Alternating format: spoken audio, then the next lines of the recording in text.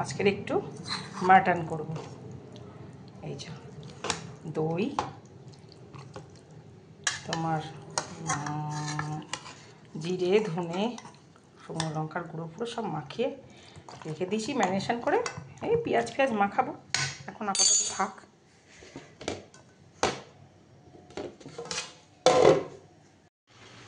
High বন্ধুরা, good afternoon, শুভ দুপুর। আজকে 12টা বেজেই গেছে, একটু দেরি হয়ে গেছে রান্না। এই দেখো মাটন হচ্ছে, একটু বাজারে গিয়েছিলাম তাই দেরি হয়ে গেল। এই যে মাটন রান্না হচ্ছে, তাই একটু দেরি হলো। এখানে গরম জল বসিয়েছি, এটা গরম জল, এখন মাংসকে দেবো গরম জল। আর এটা হচ্ছে গিয়ে বাচ্চার জন্য স্টু করা হবে। গরম গরম ভাত, দেখেছ, দেরি হয়ে গেল। সবাইকে শুভ পয়লা বৈশাখ, নতুন বছরের শুভেচ্ছা। সবার বছরটা ভালো যাক, সবাই ভালো থেকো, সুস্থ থেকো।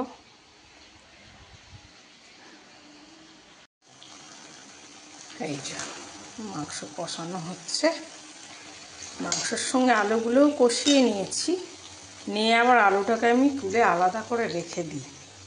এই যে এতে মশলাটা কষানো হলো, আলু ভেজেও নিয়েছি, মশলাটাও কষানো হলো। আর মাংস যখন হয়ে আসবে তখন আলুটাকে আবার দিয়ে দেবো।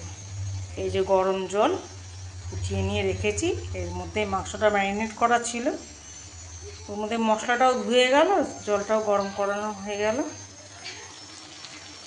এবারে এই যে এটা কষানো হোক, হয়ে গেলে লাস্টে আলুগুলো দেব। সবসময় কি একঘেয়েমি রান্না করতে ভালো লাগে বন্ধুরা? একটু আলাদা আলাদা করে করতে হয়। এই যে বাচ্চা স্টুটা হচ্ছে,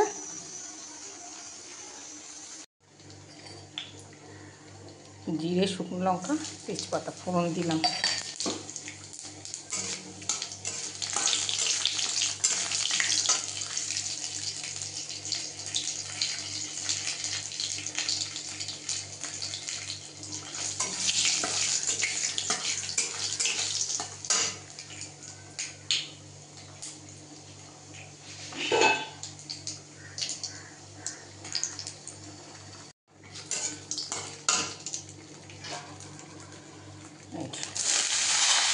লাউটা দিয়ে দিলাম, তো লাউয়ের তরকারি হবে, একদম কচি লাউ।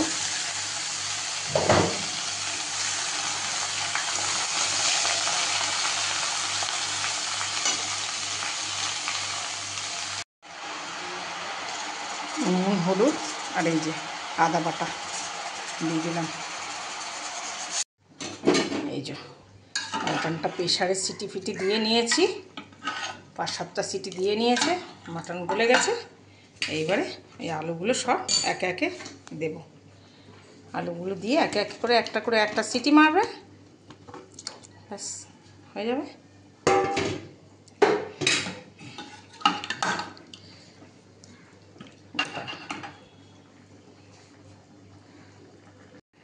এই যে শাহির গরম মশলা দিয়ে দিলাম, গরম মশলা।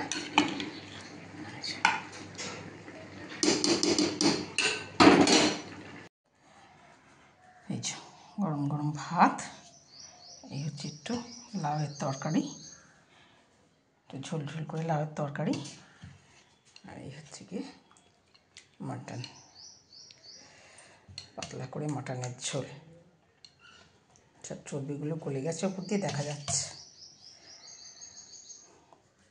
ভিডিওটা কেমন লাগলো লাইক করো, কমেন্ট করো, টাটা।